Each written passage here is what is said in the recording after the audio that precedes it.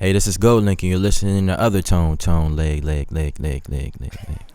Who were some of your, like, is there any specific inspirations that you had for the making of this album? Yeah, man. Only thing that inspired me was DC, because we have a strong musical background, but people don't know that. It's like go-go is the essence of the city. It runs the city. You know what I'm saying? So it's like I really wanted to spotlight go-go culture, not per se the music, even though the music's amazing, but more so the culture and the essence of go-go and what comes with it. And that was the main inspiration for me. Can you explain some of that for like the people who don't know what the culture, what it is exactly? Yeah, so go-go is everything. Explain it from everything. So go-go is this. Go-go is heavy percussion music. It's very, very drum based. But it started back like Chuck Brown and Trouble Funk, and they had EU and they had those bands like that. And then as the generations got older, it was like the music started becoming more stripped down, and it started to become more metal and punk rockish by the time my generation got it. So it was like what that meant to the city was it was something we could call ours. You get what I'm saying? And with that, it came, we run in the community. Like it bled into the communities. I remember Kirk Franklin came to First Baptist of Glenarden, and we taught him how to chop. You get what I'm saying? Like, which is like our native dance. It bled into everything, but back in, a lot of violence came with that. A lot of death. We lost a lot of good people. It kind of like reminds me of the punk era when Bad Brains got banned in the city. So HR. They would like. The crazy thing is, you don't, outside of the DMV, you kind of may not really know about it, but it is one of the most, when you go to like a place where they like go-go music is being played, there's an energy that you can't really put into words until you get there. I mean, the closest thing is to like when certain songs come on in like a club and it's a rap record, like a hard rap record, sometimes people get shot. At the go-go, someone's getting shot. Yeah, there's no might or maybe. Yeah. And what would set it off? Like it's the drum.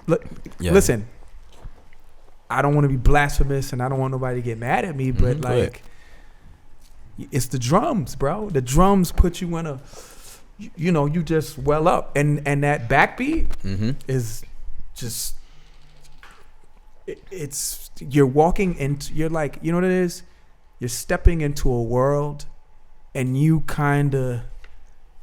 got control of yourself, but if you have any like animosity in you, it's like a extra beer muscle. Is that fair? Yeah, it is. Like if you mad and the right record comes on, you will set it. You might beat the shit out of somebody. It's just how it is. Like you will set it, and it's not that the music is but a is negative. it more like slam dancing, or is it just? No, it's just like a lot of. It's a lot of like percussion. A lot of bongos. No. But I'm saying, is the crowd acting like they do when they're doing slam dancing, or are people just in their world? Because they got a lot of rhythm. They got a lot of rhythm with it, but at the same time, the drums just get you so hyped. Right. And you could like enjoy yourself with your friends, or you looking at that girl, and it's not a volatile place. It's just they're not gonna play with you. Got it. Right. So you shouldn't play with them. Right. And it, like I said, it's not a negative thing. It's just that there's way more power in that music than I think people attribute to it. Exactly. And And the only way the city ever looked at it like that is they just decided to shut those things down and not let them occur, because they're like, oh, those things are dangerous. And it's like, it's not necessarily that. It's that there's some other shit happening, and that music will bring it out. Like people might be frustrated about certain things. You gonna blame the music? It ain't that. The music don't shoot people. People do. People with issues do. Am I wrong? Look at the homies in the corner like preach. Who were some of your favorite artists growing up? Taz Arnold. This is very, very, very influential in my childhood and for real.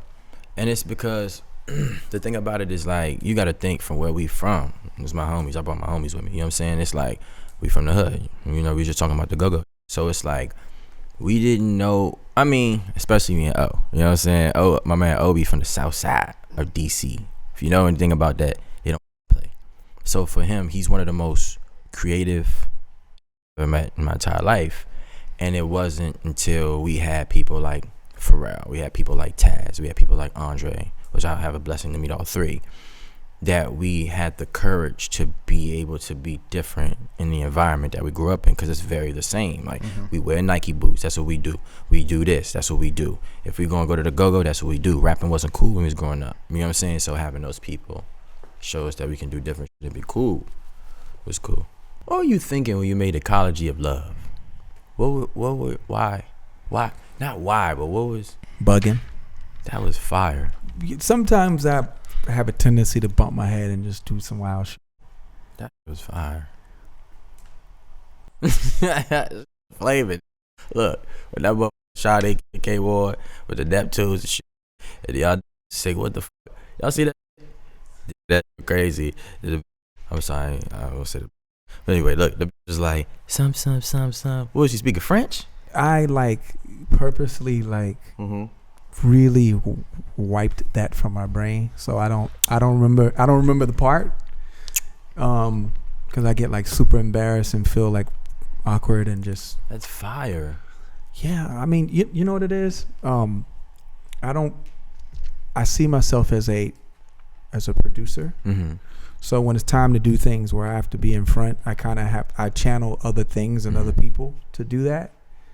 Since that time, during that time, I was gassed. You couldn't tell me. Right. I'm gonna do this. I'm gonna do that. Blah, blah, blah, blah, blah. Right. And then, like, you know, you just when you've kind of done it for so long, you start to like decide you don't want to play first base. You want to play second base. And so when it's time for you to go up and be the batter, you have to pretend that you're a batter in order to hit it far. I'm a channeler at this point. That's fire. So certain things I kind of like forgot about in a weird way. That makes sense. But I appreciate it. Yeah, because that was influential for a lot of kids. You know what I mean? That was really good. I respect that.